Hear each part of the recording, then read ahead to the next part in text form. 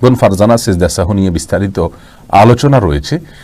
সিজদা সাহুর ক্ষেত্রে আমাদের দেশে ওলামায়ে কেরাম যেভাবে সিজদা সাহুর কথা বলে থাকেন, অর্থাৎ হানাফি মাযহাবের ওলামায়ে কেরাম যেই দৃষ্টিভঙ্গিতে সিজদা সাহুর ক্ষেত্রে যে দৃষ্টিভঙ্গি রাখেন, সেটা হলো যে আমাদের যদি কোনো ওয়াজিব তরক হয় অথবা সিজদা সাহু দেওয়ার মতো কোনো বিষয় হয়, তাহলে সেক্ষেত্রে আমরা একদিকে সালাম ফিরিয়ে তারপরে আমরা দুইটা সিজদা করে উঠে আবার আত্তাহিয়াতু দুরূদ পড়ে তারপর আমরা সালাম ফেরাবো। আর এর বাইরে এরাবেন স্কলাররা আরও একটি পদ্ধতির কথা বলেন, আর সেটি হলো যে সরাসরি সিজদায় গিয়ে উঠে তারপর আমরা দুই দিক সালাম ফেরাবো, দ্বিতীয়বার আত্তাহিয়াতু আর পড়বো না। এবং বিশেষ কিছু ভুলের ক্ষেত্রে প্রথম প্রকার, আর দ্বিতীয় প্রকার অন্য ভুলের ক্ষেত্রে বলার কথা অনেক ওলামায়ে কেরাম বলে থাকেন। বিস্তারিত আলোচনা করার সুযোগ নাই, আমরা ইনশাআল্লাহ ভিন্ন কোনো ক্লিপে নিয়ে কথা বলবো। এমডি শরীফুদ্দিন জানতে চেয়েছেন, যতবার কালিমা পড়া হয় ততবার কি ঈমান নবায়ন হয়? ভাই শরীফুদ্দিন, আসলে কালিমা পড়ার সাথে ঈমান নবায়নের সম্পর্ক নাই। ঈমান নবায়ন হলো আপনি আপনার ভেতর থেকে আল্লাহ সুবহানাহু ওয়া তাআলার প্রতি আস্থা, ভালোবাসা, আল্লাহ সুবহানাহু ওয়া তাআলার প্রতি ভরসা, আপনি ভেতর থেকে আল্লাহ সুবহানাহু ওয়া তাআলার তাওহীদ বা একত্ববাদের বিষয়ে আপনি স্বীকারোক্তি দিচ্ছেন কিনা, সেই মানসিকতা নিয়ে যদি আপনি কালিমা পড়েন তাহলে অবশ্যই সেটা ঈমানের নবায়ন হবে ইনশাআল্লাহ বিইذনিল্লাহ। এরপরে নিউ কাটার এই আইডি থেকে প্রশ্ন করা হচ্ছে, স্বামী মারা গেলে মেয়েদের সাদা শাড়ি পরা কি জায়েজ? মেয়েদের স্বামী মারা গেলে সাদা শাড়ি আর কালো শাড়ি এরকম কোনো কিছু পরার ক্ষেত্রে ইসলামী শরিয়াত কোনো নির্দেশনা দেয় না। ইসলামী শরিয়া বলে কোনো স্ত্রী লোক তার স্বামী যদি মারা যান তাহলে 4 মাস 10 দিন পর্যন্ত তিনি শোক পালন করবেন, আর শোক পালনের অংশ হিসাবে তিনি খুব বেশি সাজসজ্জা করবেন না, গহনাগাতি ইত্যাদি ব্যবহার করবেন না, স্বাভাবিকভাবে চলবেন। সাদাই পড়তে হবে এরকম কোনো কথা নেই। সচরাচর তিনি বেড়াতে গেলে বা কোনো অনুষ্ঠানে গেলে, কোনো মেহমান অতিথি আসলে তখন যে পোশাকগুলো পরেন এরকম কোনো পোশাক পরবেন না, বাস এটাই হলো সবচাইতে গুরুত্বপূর্ণ বিষয়। কিন্তু এর বাইরে তাকে বিশেষ কোনো কালারের কাপড় পরতে হবে, সাদা পরতে হবে এমন কোনো বাধ্যবাধকতা ইসলামী শরীয়তে নেই। এরপরে প্রশ্ন করেছেন মঞ্জুরা পারভিন, আপনি প্রশ্ন করেছেন রুকু থেকে সোজা হয়ে দাঁড়িয়ে রব্বানা আলাকাল হামদ বলবো নাকি রব্বানা ওয়ালাকাল হামদ বলবো? দুইটাই বিশুদ্ধ হাদিস দ্বারা প্রমাণিত, বরং কোনো কোনো বর্ণায় আল্লাহুম্মা রব্বানা আলাকাল হামদ, আল্লাহুম্মা রব্বানা ওয়ালাকাল হামদ এরকমও আছে, যার কারণে আপনি যে কোনোটা পড়েন তাতে আপনার সালাত আদায় হয়ে যাবে, সুন্নাহ আদায় হয়ে যাবে, যেহেতু সবগুলোই হাদিস দ্বারা প্রমাণিত। আর কাসরাতুল মাবানি তাদুল্লু আলা কাসরাতিল মাআনি, এই মূলনীতির আলোকে আপনি রব্বানা ওয়ালাকাল হামদ যদি পড়েন অথবা আল্লাহুম্মা রব্বানা ওয়ালাকাল হামদ যদি পড়েন তাহলে সেটা বেশি ভালো। তানজিনা তাহমিন নিপু, আপনি জানতে চেয়েছেন একজন ইমানদার নারীর স্বামী যদি নামাজ না পড়েন এবং সঠিকভাবে ইসলামের বিধান না মানতে চায় তবে স্ত্রীর করণীয় কি এবং এই স্বামীর সংসার করা যাবে কি না? বোন তানজিনা তাহমিন, আপনাকে বলবো ইমানদার নারীর স্বামী যদি নামাজ না পড়েন তাহলে তিনি তাকে বোঝাবেন, ভালোবাসা দিয়ে অন্য যে কোনোভাবে তাকে বুঝিয়ে সালাতের পথে আনার চেষ্টা করবেন। যদি কোনোভাবে সেটা করতে না পারেন অন্যকে দিয়ে বোঝাবেন, তিনি যদি এটা করে না সফল না হন অন্যকে দিয়ে বোঝাবেন। একজন স্ত্রী চাইলে স্বামীর কাছ থেকে অনেক কিছু আদায় করতে পারেন, এটাই হলো স্বাভাবিকতা। যদি কখনো এর ব্যতিক্রম হয়, ভিন্ন কিছু হয়, অর্থাৎ স্ত্রী তার স্বামীকে কোনোভাবে ম্যানেজ করতে না পারেন, তার স্বামীকে যদি বোঝাতে না পারেন, তাহলে সেক্ষেত্রে আপনার বিকল্প হবে তার জন্য আল্লাহ সুবহানাহু ওয়া তাআলার কাছে সবর করা, ধৈর্য ধারণ করা। কারণ হলো তার সংশোধনের করে তাকে সংশোধন করে ফেলা এটা স্ত্রীর ক্ষমতার বাইরে। আল্লাহ সুবহানাহু ওয়া তাআলার কাছে হেদায়েত, তিনি হেদায়েতের মালিক। এই স্বামী সংসার করতে পারবেন কিনা আমি আপনাকে বলবো অবশ্যই সংসার করবেন যদি তিনি ইমানদার হয়ে থাকেন, যদি সালাতের আবশ্যকতাকে তিনি স্বীকার করেন, তিনি যদি সালাতকে নিয়ে তাচ্ছিল্য না করেন, সালাতকে অস্বীকার না করেন, তাহলে সেক্ষেত্রে তার সংসার আপনি করতে পারবেন, কারণ তাকে আমরা কাফের মনে করি না। যদিও অনেক ওলামায়ে কেরাম সালাত ত্যাগকারীকে মানে গণহারে বা পাইকারিভাবে কাফের বলে থাকেন, তাদের মতে আপনার জন্য স্বামীর সংসার করা ঠিক হবে না। এরপরে মাহমুদুল হক ভূঁইয়া, আপনি জানতে চেয়েছেন কবরবাসীকে সালাম দিলে তারা কি শুনেন এবং উত্তর দেন? মাহমুদুল হক ভূঁইয়া, আপনার প্রশ্ন উত্তরে বলবো কবরবাসীকে সালাম দিবেন আপনি, তবে কবরবাসীরা আমাদের কথা শুনতে পান কি না এ বিষয় নিয়ে ওলামাদের মতপার্থক্য রয়েছে। অনেক ওলামা বলেন যে শুনতে পান না, তাদের দলিল হলো আল্লাহ সুবহানাহু ওয়া তাআলা কোরআন কারীমে বলেছেন ওমা আনতা বিমুসমিআইন মান ফিল কুবুর, যারা কবরবাসী তাদেরকে আপনি শোনাতে পারবেন না, অর্থাৎ তাদেরকে শোনানোর ক্ষমতা আপনার নাই। আর যারা বলেন যে না ওনারা শুনতে পান, তাদেরও অনেকগুলো দলিল, অনেকগুলো কোরআন হাদিসের সূত্র রয়েছে। রিমাইন্ডুদ্দিন প্রশ্ন করেছেন রুকু থেকে সোজা হয়ে কতখানি সময় দেরিতে দাঁড়িয়ে থাকতে হয়, দয়া করে জানাবেন।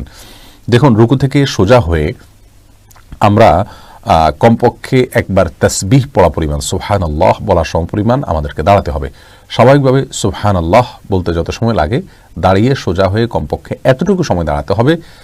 আমরা অনেকে মনে করি দাঁড়িয়েই চলে যেতে পারবো না, আমি সোজা হয়ে দাঁড়ানোর পরে অন্তত অপেক্ষা করতে হবে সুবহানাল্লাহ বলতে যে পরিমাণ সময় লাগে কমপক্ষে এতটুকু, এরপরে আপনি সেজদা যাবেন। এরপরে প্রশ্ন দেখতে পাচ্ছি রেজাউল করিম, আপনি প্রশ্ন করেছেন ইমাম যখন নামাজ শুরু করে দেয় তখন মুক্তাদির কি এ অবস্থায় সানা আউযুবিল্লাহ বিসমিল্লাহ পড়তে হয় কিনা? ভাই রেজাউল করিম, ইমাম যখন সালাত শুরু করে দিবেন তখন আপনাকে আউযুবিল্লাহ বিসমিল্লাহ আপনি পড়বেন না, বরং ইমামের কেরাত আপনি শুনবেন যদি ইমাম তেলাওয়াত শুরু করে দেন তাহলে সেক্ষেত্রে। আর ইমাম যদি কেরাত শুরু না করেন, মাত্র ইমামের সাথে আপনি যোগ দিয়েছেন, তাহলে সেক্ষেত্রে আপনি সুবহানাকাল্লাহ বা দোয়া ইস্তেফতা যেগুলো আছে সেগুলো পড়বেন, সালাত শুরুর দোয়া সানা পড়বেন, কিন্তু আউযুবিল্লাহ বিসমিল্লাহ পড়বেন কিনা অনেক বলেছেন পড়বেন না, কারণ আপনার আউযুবিল্লাহ বিসমিল্লাহ এটা মূলত সূরা তেলাওয়াতের অংশ হিসাবে পড়তে হয়। যদি জাহরি সালাত হয় ইমাম যেহেতু পড়ছেন অতএব আপনি শুনবেন, আর যদি একাকী সালাত হয় তাহলে সেক্ষেত্রে আপনি সূরা ফাতিহা পড়ার শুরুতে আপনার পড়ার প্রয়োজনে আপনি অবশ্যই সূরা ফাতিহার আগে আউযুবিল্লাহ বিসমিল্লাহ পড়বেন।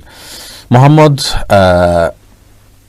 জাহিদুর রহমান, আপনি জানতে চেয়েছেন বেতরের সালাতের কাজার নিয়ম কি? বেতরের সালাত আপনি কাজা করবেন, কাজা করাটা বিধিবদ্ধ। রাতের ভেতরে যদি পড়তে না পারেন তাহলে দিনে পড়বেন, এবং দিনে পড়ার ক্ষেত্রে অনেক উলামা ইকরাম বলে থাকেন আপনি জোড় সংখ্যক পড়বেন, কারণ দিনের কোনো বেজোড় সালাত নাই, দিনের রাত সালাত হলো জোড় সংখ্যক, সেজন্য অনেকে বলেন যে দিনে যদি কাজা করেন তাহলে জোড় সংখ্যক সালাত পড়বেন। আর আমাদের উলামা ইকরাম বলেন যে না, স্বাভাবিকভাবে আপনি 3 রাকাত অথবা বেজোড় সংখ্যকই পড়বেন, রাতে যেভাবে পড়তেন সেভাবে। মোহাম্মদ আখতার নীরা, আপনি জানতে চেয়েছেন নির্দিষ্ট কাউকে বিয়ের উদ্দেশ্যে কি আল্লাহর কাছে চাওয়া যাবে?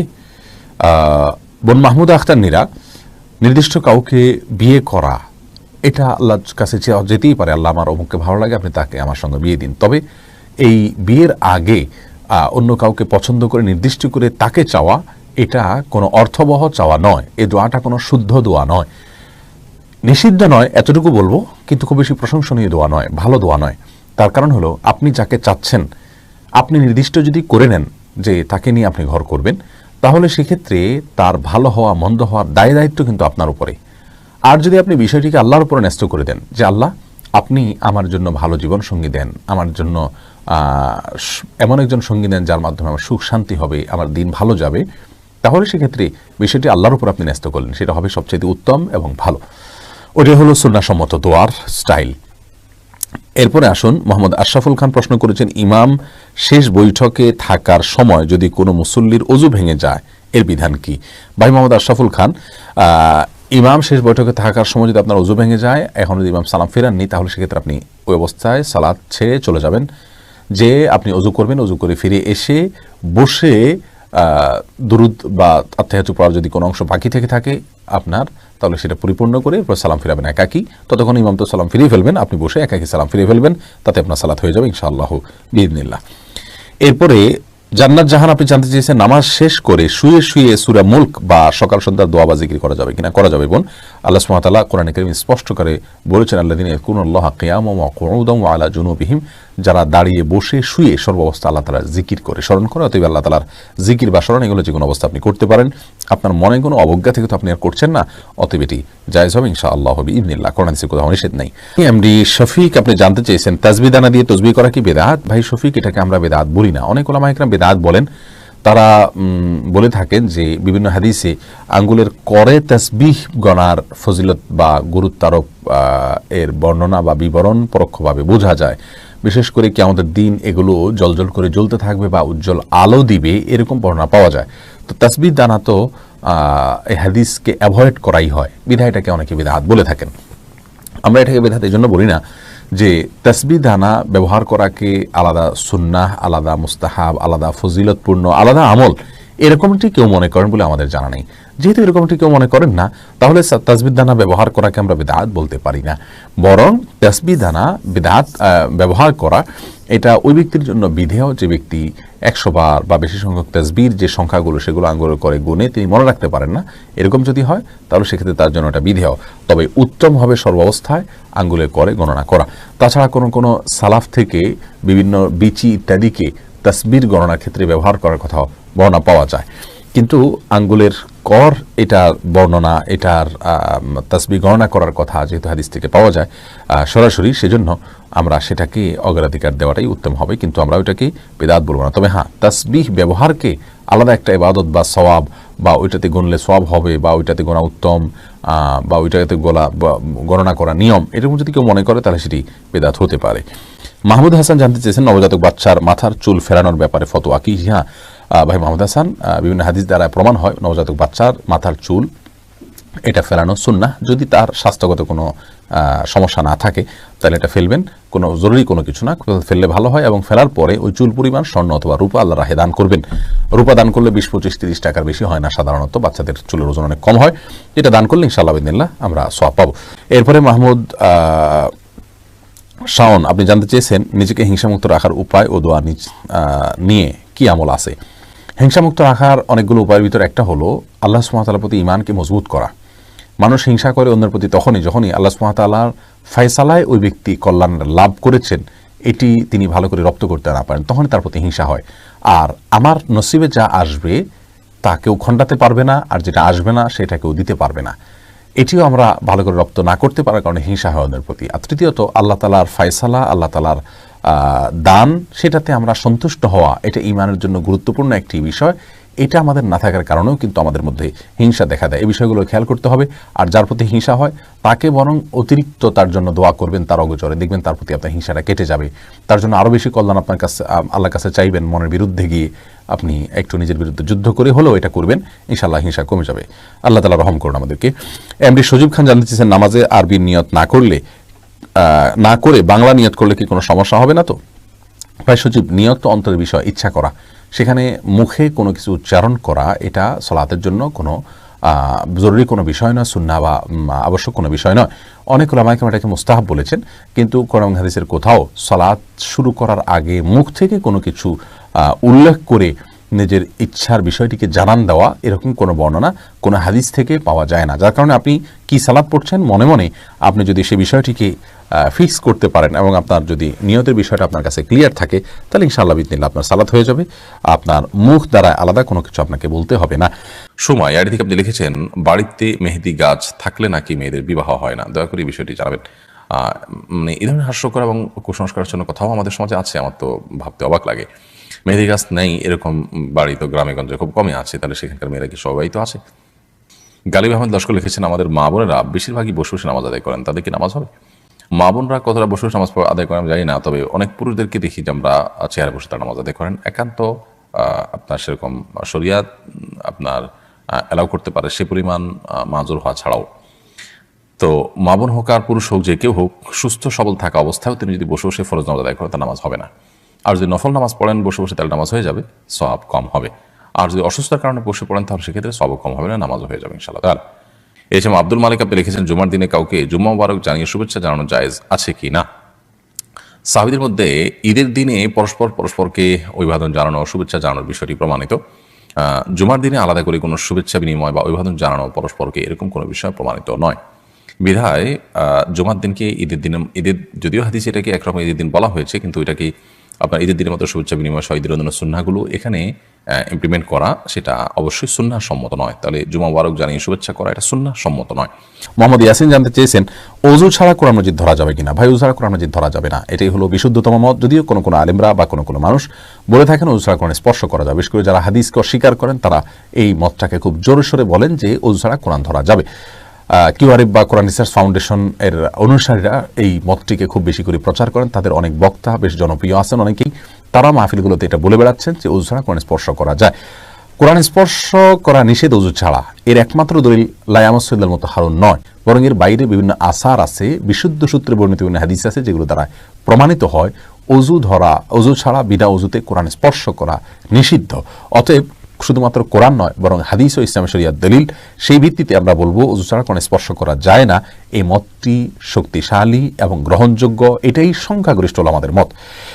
জান্নাতুল ফেরদাউস আপনি লিখেছেন ছোট বাচ্চা যদি নামাজ পড়ার সময় সামনে এসে দাঁড়ায় বা খেলা করে তাহলে কি তাকে সামনে থেকে সরানোর চেষ্টা করব নাকি তাকে তার মতো খেলতে দিব?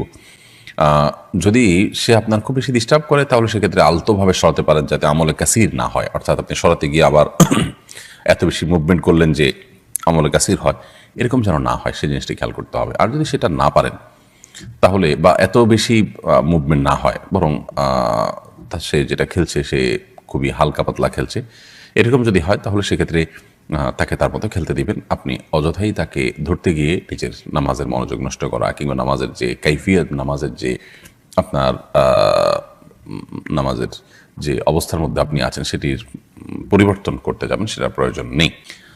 তাহারাত তানি আপনি লিখেছেন, আমরা যারা শহরে থাকি তারা চিরুনির সঙ্গে উঠে আসা চুল ফেলবো কোথায়? বাইরে ফেলার পর ময়লা ফেলা লোকেরা বিক্রি করলে কি আমাদের গুনাহ হবে?